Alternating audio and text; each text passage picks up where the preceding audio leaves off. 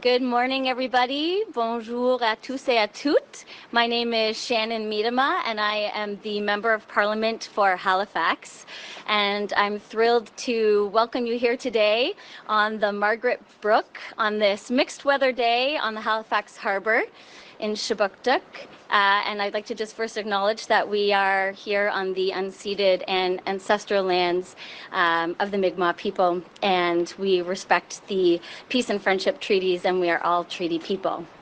It's my absolute pleasure, alongside my many colleagues, Nova Scotian members of Parliament here today, to be able to host our Prime Minister here, the Right Honourable Mark Carney, as well as the Minister of National Defence, the Honourable David McGuinty, as we reaffirm our commitment and celebrate the work we are doing in defence and to support our armed forces, which has a huge positive impact here in Halifax, in our region, and in Atlantic Canada. So without further ado, I'd like to welcome Minister McGuinty. Thank you. Thank you very much. I think that was right. Well, good morning, everyone. Bonjour à toutes et à tous. Thank you all for joining us. Today is a big day. It's an important moment, one shaped by an ever-changing and complex world. Canada needs to act with strength, purpose, and urgency. We need to be ready to defend, ready to lead, and ready to protect what matters most. Today, we recognize the women and men of the Canadian Armed Forces. When called upon, they have always answered. We owe them and their families a great debt of gratitude for their service and their sacrifice. Aujourd'hui, dans un monde de plus en plus instable, nous devons être prêts à défendre notre pays, à protéger notre souveraineté et à assurer la sécurité des Canadiens. This is the beginning of a new era for Canada's defence, one that is stronger, more self-reliant, and built here at home with Canadian workers and Canadian industry. I would now like to introduce the Prime Minister, whose vision, whose determination, and whose leadership has made today entirely possible.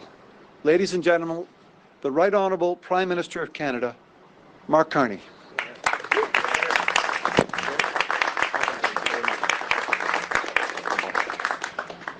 Merci, Monsieur le Ministre. Thank you, David, for that introduction. Thank you, Shannon. Thank you, colleagues, for all being here and for what you do for Canadians every day. It is, let me say to the members, the women and men of the Margaret Brook, the members of the forces present here, also to those members of the forces across Canada, to those members of the forces around the world.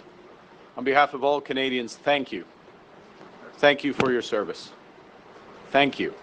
Thank you for your sacrifice. And thank you for representing the very best of our country every single day.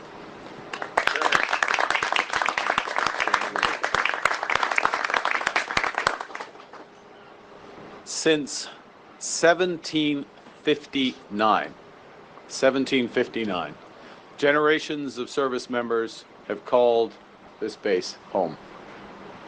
Today, CFB Halifax is Canada's largest military base, home to over 10,000 CAF members. And all those members have taken on enormous responsibilities, knowing that discharging those responsibilities requires extraordinary personal sacrifice, and they're doing so to protect the peace and security of Canada and protect our allies. Yet for too long, instead of reinforcing your strength, we've relied too heavily on your dedication alone to keep Canadians secure. Well, no more. In the first week of the election campaign, my colleagues and I thought we committed to pay our women and men in uniform properly and to arm them with the best equipment. And we're getting it done. Les principes qui avaient guidé la politique de défense et la politique étrangère du Canada pendant des décennies qui avaient été complètement bouleversés. Les menaces auxquelles nous sommes confrontés sont nombreuses et ne cessent de s'étendre. Qu'il s'agisse d'incursions dans notre Arctique ou d'attaques visant notre cyberespace. The very nature of warfare is changing rapidly. It's driven by the proliferation of drones, autonomous systems, weapons in orbit. We know the world has changed, and we know that Canada must change with it. A little over a decade ago, in 2014, Canada's defence spending had fallen to just 1% of our GDP. Our military infrastructure and equipment had aged, hindering our military readiness. And that's why 6 weeks, just 6 weeks after forming government, we announced ambitious plans to rebuild, rearm, and reinvest in the Canadian Armed Forces.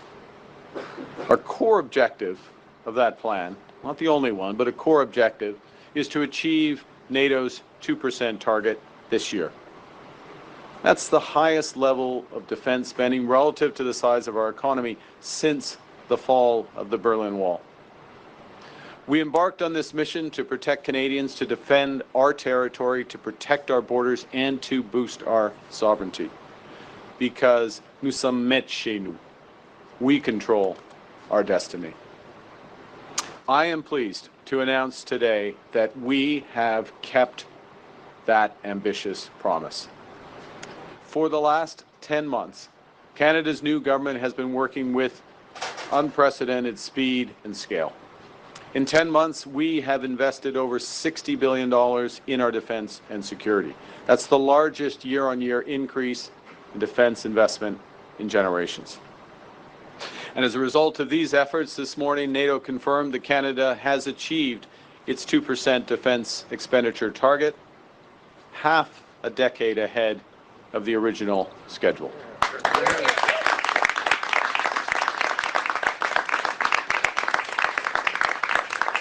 So the first time, as I said, since the fall of the Berlin Wall, we'll be spending that 2% of GDP on defense.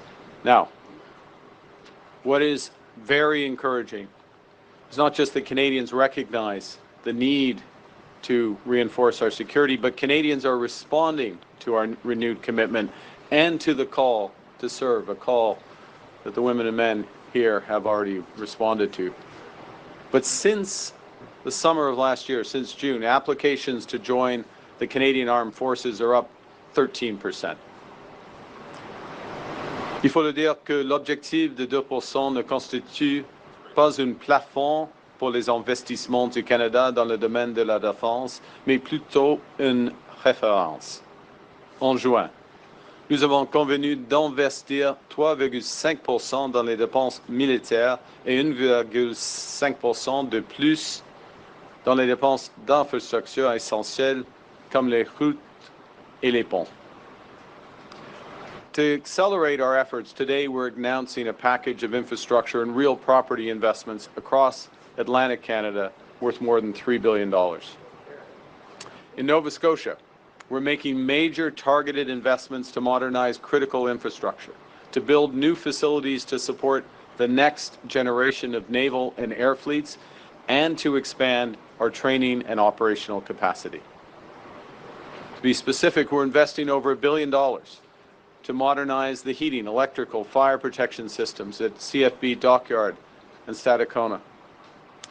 We're investing $640 million in a new contract at 14 Wing Greenwood to build the hangar and the drone infrastructure needed to support Canadian multi-mission aircraft. There's over $180 million to build the Combatant Training and Integration Centre, obviously supporting training, operations, and integration for the Royal Canadian Navy's future River-class destroyers. There's more than $80 million to acquire Halifax Gate, a massive waterfront industrial site in Dartmouth that will support current and future Canadian Royal Navy operations. And we're acquiring new residential units in Nova Scotia for Canadian Armed Forces members and their families. In New Brunswick, we're investing more than $1 billion in CFB Gagetown to recapitalize our primary Army training area, introduce new ground-based air defense systems, and ensure our soldiers train on infrastructure built for the next century. We're upgrading our transition centers in the province for CAF members and their families, because every member of our forces deserves a safe, high-quality place to call home.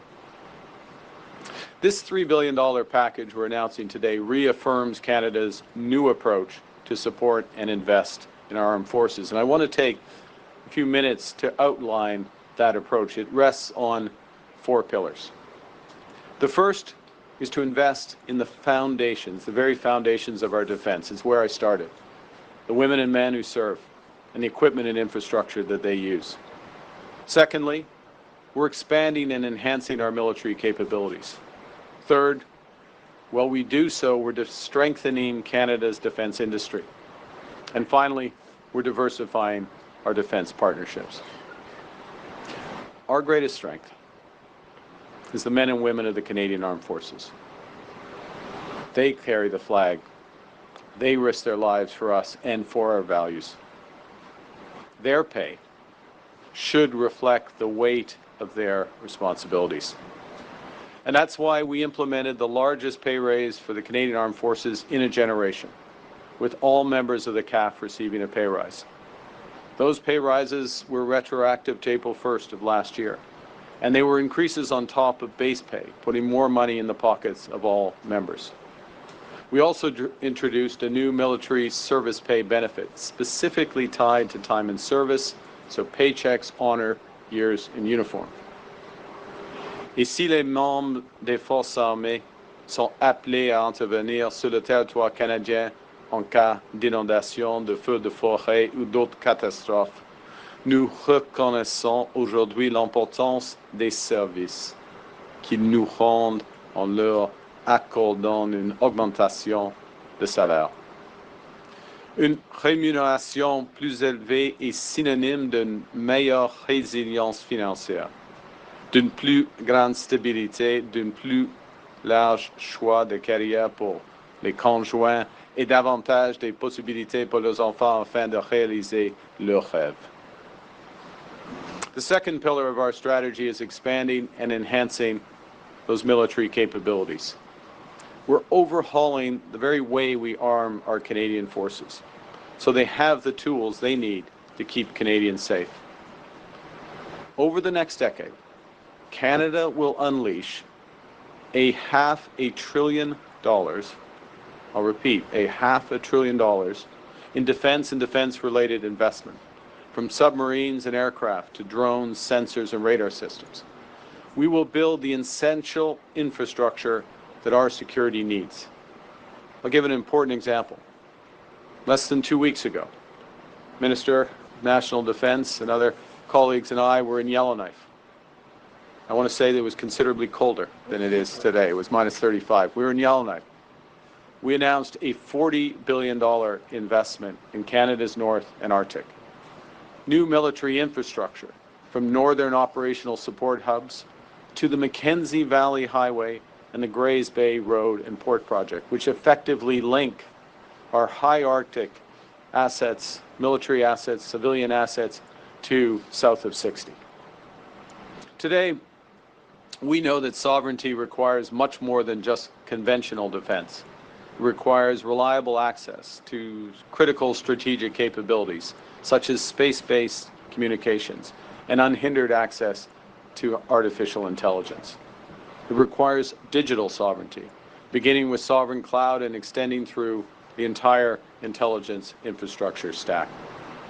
So defense spending and defense-related spending includes things like our Quantum Champions program that's supporting cutting-edge technology and intellectual property in Canada.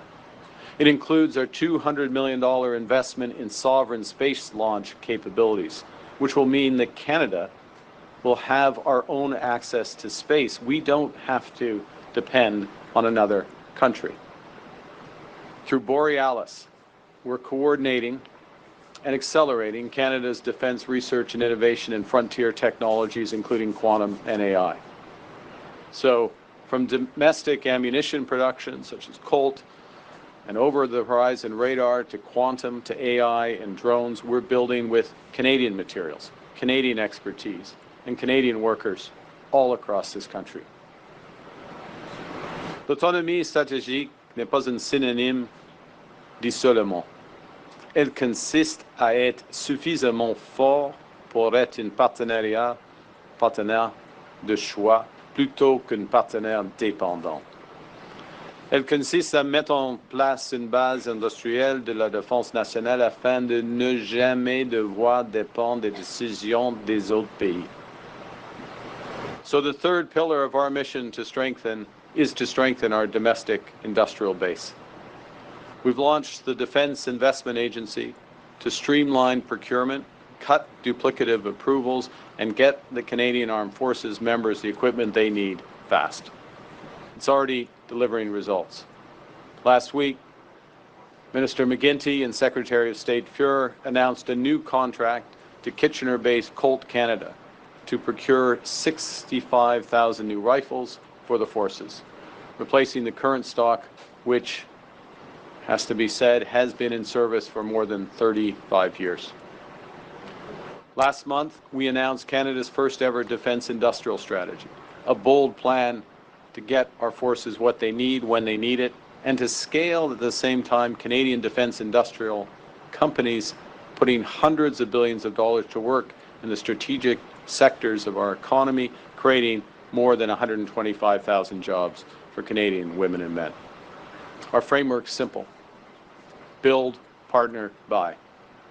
We're focused first, and this is a big change, we're focused first on building in Canada, directing procurement to Canadian firms where we have those capabilities. Where we can't build, we'll partner with like-minded allies, and do so in a way that attracts inbound investment, transfers intellectual property, and integrates supply chains so that public dollars flow back to Canada. And only in those cases, and they will exist, but only in those cases where we've exhausted those first two options will we buy from a diverse range of partners abroad. As I said, our defence industrial strategy is designed to create over 125,000, not just jobs, but high-paying careers, and all the while double our investment in defence R&D. The final element of our strategy is diversifying those defence partnerships. We've already agreed a comprehensive strategic partnership with the European Union, and we're the only non-EU country to join SAFE, which is their defence procurement arrangement. We've signed 20 defence and trade partnerships on 4 continents over the past 10 months. Mes collègues, aux femmes et aux hommes des forces armées canadiennes, vous servez notre pays. Vous faites des sacrifices. Vous assurez la sécurité du Canada. Vous incarnez ce qu'il y a de meilleur dans ce pays. Au cours de la dernière année, j'ai visité des bases militaires, des sites d'opération à travers le pays et dans le monde entier. À Halifax, à Trenton, ainsi qu'à Yellowknife, à Nanu's Bay et Esquimalt. De l'opération rassurant son Lettonie à l'exercice Cold Response dans le nord de la Norvège. J'ai pu constater par moi-même votre courage et votre dévouement envers votre mission. Mes collègues et moi-même sommes déterminés à nous assurer que vous disposez de tout ce dont vous avez besoin pour servir notre pays. To conclude, in moments of crisis, when people see the maple leaf on a sleeve, they see hope and they get help. Whether that's training Ukrainian soldiers or standing on guard for Canada in the Arctic. Over the past 11 months, our government's key priority has been to reinvest, rebuild, and rearm the Canadian Armed Forces to provide you with the support you need to achieve every mission's success. We're just getting started. We'll continue with our efforts at the same speed and determination we've shown from the very beginning. In this century, the work of defending Canada is also the work of building Canada. Security and prosperity aren't competing priorities. They're mutually reinforcing foundations of a strong and sovereign Canada. The true North, strong and free. You know, because in the end, in a more fractured and darker world, Canadian leadership will be defined not just by the value of our strength, but by the strength of our value of our strength, sorry. I'm going to redo that. Because it will not just be, our leadership will not just be defined by the strength of our values, but also the value of our strength. Because this is the key point. The foundation of strength is standing around me and behind me. And it's on that strength that we're building Canada strong and free. Thank you very much. Merci beaucoup. I look forward to your questions. Thank you, Prime Minister. Merci, Monsieur le Premier ministre. Nous allons maintenant passer à la période de questions. We'll now move on to questions from the media. Premier minister, first question, Canadian Press.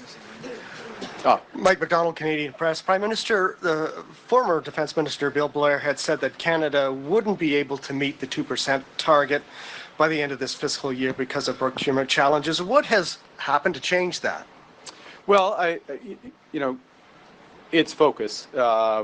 It's the focus on the priority. We came into office, we ran for office recognizing the world had changed, recognizing the importance of securing Canada, defending Canada, fulfilling our commitments, starting with our commitments to the women and men of the Canadian Armed Forces, as I've been emphasizing.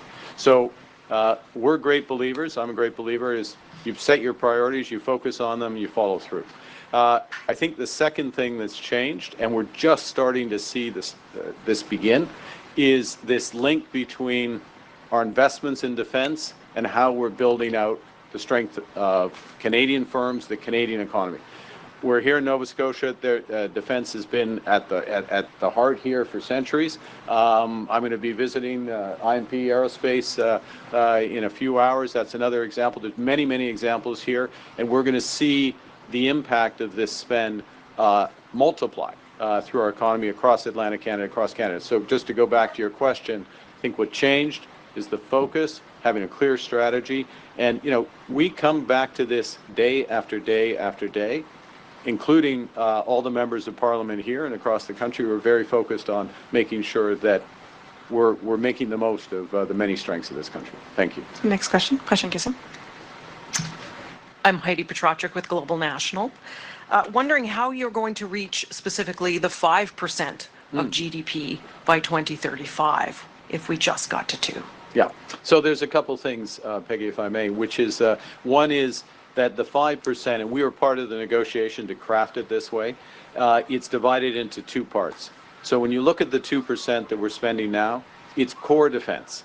And that needs to go, and this is a big move, it needs to go from 2 to 3.5% of GDP, and our economy is obviously going to be bigger at that point, but it needs to go to 3.5% by 2035, so in 10 years.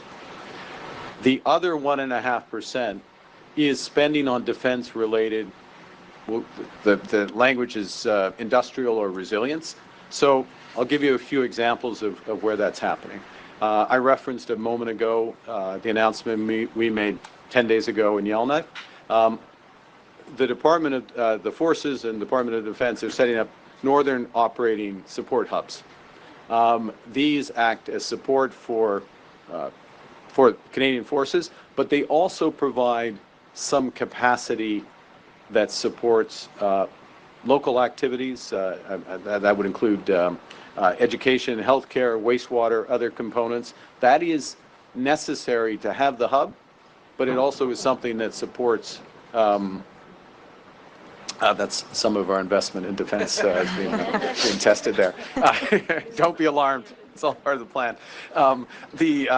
But also investment that's relevant there. Let me give you another example, which is that we don't have, or as we build out some of these capacities, we need to link them with corridors, transportation corridors. Some of that spending is there as well. And then the last example I'm going to give, and it's a huge area, spend on cyber, spend on artificial intelligence, on quantum.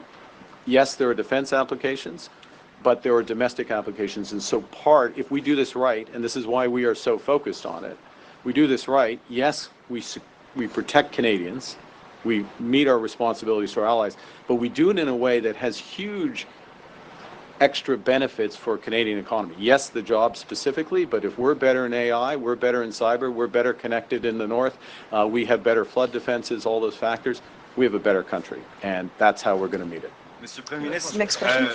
Oui. juste Prochaine répéter question. en français aussi La même pour le question, en effet. 5%, comment on va y arriver pour le 5%? OK, premièrement, il faut diviser l'objectif de l'OTAN, c'est le 5% du PIB, mais c'est 3,5% de dépenses traditionnelles dans la défense. OK, maintenant, nous sommes 2% de PIB à partir de maintenant, et il faut augmenter le pourcentage à 3,5%. Il y aura des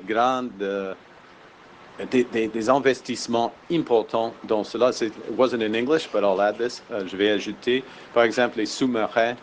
Ce sera, des milliards, des dizaines de milliards de dollars pour les 12 sous-marins, par exemple.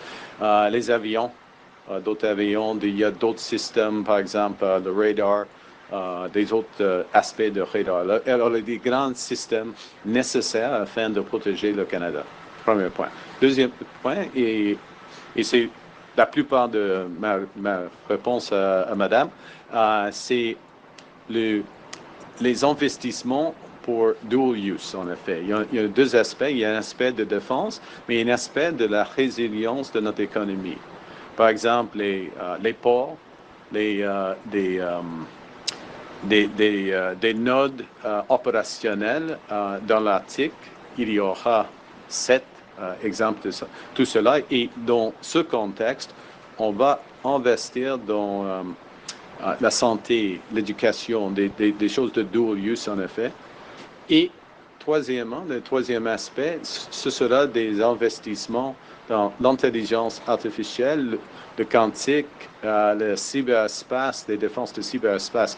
Et dans tous les cas, oui, c'est nécessaire pour la défense de notre pays, mais il y aura des grandes retombées dans l'économie canadienne. Si on a un plan, et le nouveau gouvernement du Canada, nous avons un plan. Nous avons un plan pour tout cela. Maintenant, ma question, les contribuables canadiens financent ces dépenses militaires. Pourtant, il y a très peu de transparence sur les activités des forces armées canadiennes. Votre gouvernement s'est dit prêt à aider ses alliés dans le détroit d'Ormuz, mais vous refusez de donner des détails. Dans quelle mesure est-ce que le Canada peut intervenir dans la région? Il y a quelques aspects de votre question et je vais essayer de répondre à tous les aspects. Premièrement, en ce qui concerne les détails, au fond, c'est simple. C'est une question de garder les hommes et les femmes de Forces armées canadiennes sains et saufs. Okay? Il y a un moment de dévoiler les détails des événements là. Pas nécessairement en temps réel. Parce qu'il y a une guerre là. Il y a une guerre. C'est pas une situation normale du tout. Il y a c'est très dangereux. Alors, c'est nécessaire. Par exemple, il y avait pendant la semaine, il y a quelques jours dans le passé, il y a un déplacement de toutes les forces de l'OTAN, y compris quelques individus canadiens de l'Irak. Et l'annonce a été faite après le déplacement. C'est pas une bonne idée de dire en même temps, ok? Ça c'est la politique du gouvernement du Canada et le premier job est de garder la sécurité des hommes et des femmes dans une région en conflit, ok? Ça c'est le premier aspect. Mais le deuxième aspect, c'est une question de votre question concerne détroit d'Ormuz. Alors, il y a des conversations avec nos partenaires de l'OTAN, quelques partenaires de l'OTAN, en ce qui concerne qu'est-ce qu'on peut faire avec une cessez-le-feu. Au moment où il y aura un cessez-le-feu, afin de rétablir le mouvement des navires. Et ça, c'est les conversations, c'est des conversations continues. Il y a des conversations opérationnelles et des conversations, par exemple, des ministres des Affaires étrangères. Il y a une réunion qui déroule maintenant à Paris des ministres des Affaires étrangères du G7 maintenant. Alors, on verra, mais ce n'est pas le moment pendant un conflit. Ce n'est pas la politique du Canada. Question. Next question.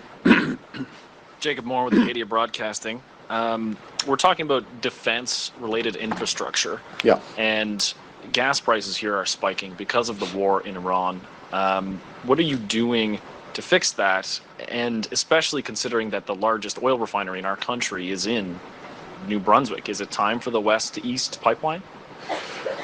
You packed a lot in there. Okay, yeah, that's good. That's good. The first thing is that very aware of the sharp increase in gas prices. It varies a bit as you know geographically, but on average it would have been sub 130 a liter. It's going up. It's in 180 to 2, a bit higher in Quebec, a little over $2 a liter.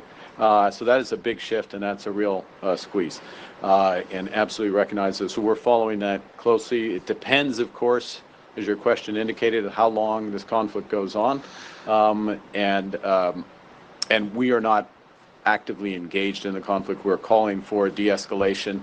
We're supporting efforts to de-escalate. There's a variety of ways we can do. There's also a limit, obviously, for what we can do diplomatically to influence that. So that's the first thing. The second is we have been very focused on improving the pouvoir d'achat, the capacity of Canadians, cut taxes for 22 million Canadians, put in place the groceries and essential benefits that just actually passed through the House, which for 12 million Canadians, family of two, family with 2 kids, a family of 4, $1,800 a year additional benefit from that. Maintaining a series of other social programs and providing important benefits as well. But we will continue to look at. We will look at this as the conflict evolves, and most importantly, as the impact on Canadians is there. So, I'm not saying that's necessarily the final word. Your question about energy, I'm going to broaden it to a question of energy infrastructure. So whether it's necessarily the East-West pipeline or more broadly, building out more rapidly our considerable energy assets here. We're in Nova Scotia. I'll be meeting with the Premier tomorrow. One of the things we'll talk about is Wind West. The huge opportunity here to get renewable power, cheap power that will build out. We also have opportunities on the East Coast in conventional energy, which we'll be exploring to build that out, and across this country. And I'll make one last point. I'm sorry I've gone on too long, but there will be opportunities in some of these cases where it will be defense related to build out and to unlock some of these opportunities. And I'm thinking particularly when we look at Port of Churchill, for example, and some of the, we've already seen this actually in terms of hydro investments in Nunavut and the Northwest Territories. Thank you. Next question. Question. Hi, Linus Mulhern, CBC News. Hi. The RCMP commissioner has said he regrets an extensive spying program that targeted hundreds of Indigenous people. Should the RCMP explicitly apologize for what went on? I didn't see. I apologize. I haven't seen his exact comments. Yes, there should be an apology. I would have. I didn't see the full comment that he made, but Commissioner Duhem is. He's a good person, and as you would expect, as the commissioner, and I believe that was the intent of what he said. But I apologize, I haven't seen the specifics. But obviously, it's reprehensible practice. Never should have happened. Never would happen. Next question. Question. Hi, Prime Minister Callum Smith with CTV. Energy companies say your reforms will not lead to making Canada an energy superpower, as you've repeatedly stated. If your government and Alberta's can't even meet a self-imposed deadline fully on this MOU, what message does that send to potential investors, and why should Canadians ever believe you'll actually turn Canada into an energy superpower? That's a great question. A couple of things. One, you may have missed the announcement with Alberta and the federal government yesterday, agreement in principle on methane reductions, which follows up on an announcement we made a few weeks prior to that. Alberta and the federal government agreed on a cooperation agreement. Both of these elements are critical components of the MOU, which we signed in November. So we're making lots of progress, as the Premier of Alberta has referenced as well. She and I are both personally engaged in moving this forward as our officials. So the first thing is we're moving forward. Second thing is let's look at what's happened while this government's been here. LNG 1, largest LNG project, has gone operational. We've approved Silissum, which is another major LNG program. We've approved the largest uranium development in Canada's history, which is Rook. We've approved Denison. We've approved a pipeline, a gas pipeline between Alberta and British Columbia. We are advancing on Pathways, which is a fundamental game changer in terms of carbon capture and storage.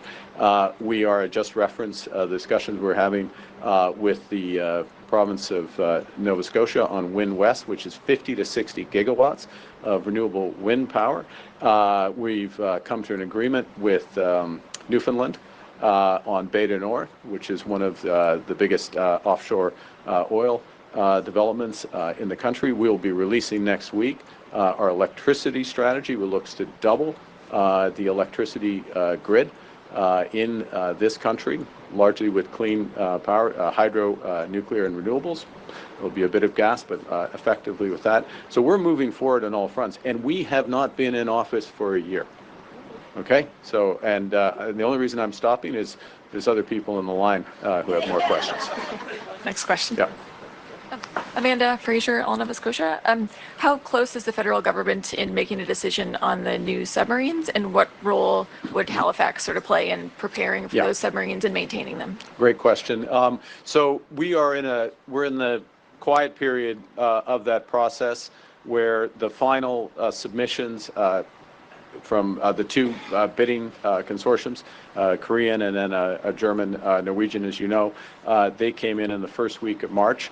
So all of the materials are in. That's being run through the independent process, and those bids are being evaluated. The guidance that the minister, who is standing behind me, so he will correct me if I'm wrong here, but the guidance the minister has given is by the summer, so by the end of the second quarter, we would expect to make that decision. Part and parcel, let me answer your question in a general but important way, which is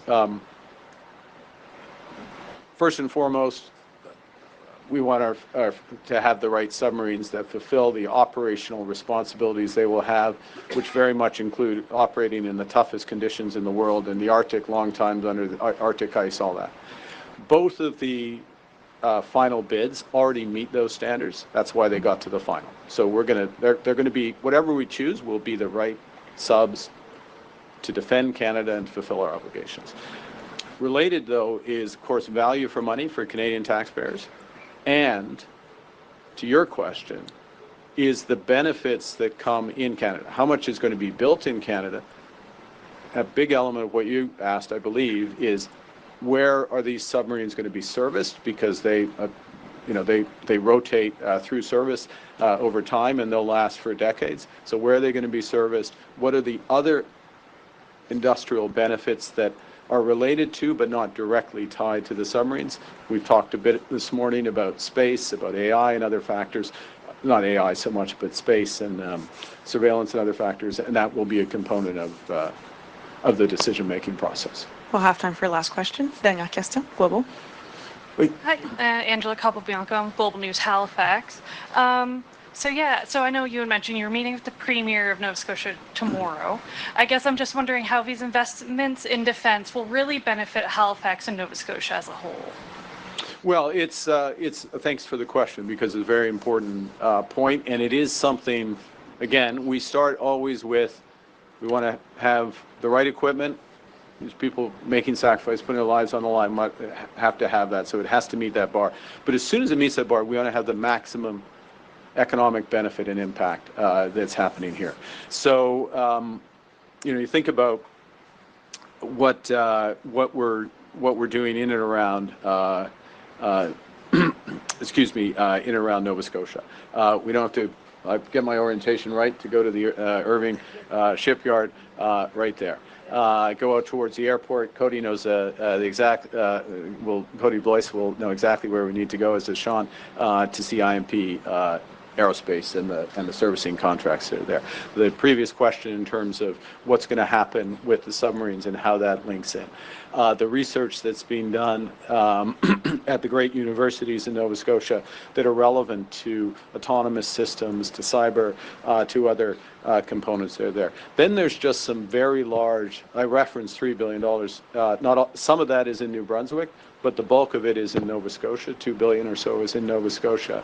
There's a big component of this which is infrastructure. So it's going to be direct, very quickly spent infrastructure money, which ensures that we can expand out from there. So I'm scratching the surface, to be honest, of where it's going to go. And I think the other thing I'll say, which is kind of tie together a couple of the questions, which is there are a few major weapon systems, if I can put it that way, that we have to decide upon, submarines being an obvious one. But as we're moving towards that higher level of defense preparedness, there's a lot of decisions still to be made. And we're going to do that as quickly as necessary, but no faster. And deliberately build those out and do it in a way, this is our intention, and I think we're already starting to see this, that builds real industries and careers. And so, for younger people here in Nova Scotia, across Atlantic Canada, look, there's a clear message, and we're seeing it with recruitment, that 13% up in recruitment, clear message in terms of careers in the Canadian Forces. But there's also a clear message that in the areas related to defense, which is a very broad, there's going to be a very regular, deliberate investment year in, year out that is going to make this country stronger, make the economy stronger. So there's a lot of opportunity that's coming from this, and a government that's dedicated to make sure we realize all the benefits of that. Thank you, Prime Minister. En français, il y a des retombées ici à Halifax. Il y a plusieurs investissements qui auront un impact direct, par exemple, dans le domaine de l'espace. Deuxièmement, en ce qui concerne, c'est presque sûr, les investissements aux sous-marins, le deuxième aspect, la recherche dans les universités, un autre exemple. Et il y a, point final, un grand montant des investissements à court terme seront dans l'infrastructure. L'infrastructure des bases, des ports, tout cela. Alors, il y aura des bons jobs là, mais en somme, deux messages pour les jeunes. Il y a maintenant des bonnes carrières aux forces armées canadiennes. Et ça va continuer. Et deuxièmement, il y aura des grands investissements, année après année après année, décennie après décennie, dans ces domaines. Alors, c'est nécessaire, mais c'est excitant. C'est excitant pour la Nouvelle-Écosse et pour le Canada. Bon. Merci. Merci beaucoup. C'est ce qui Thank m'a you fait very much.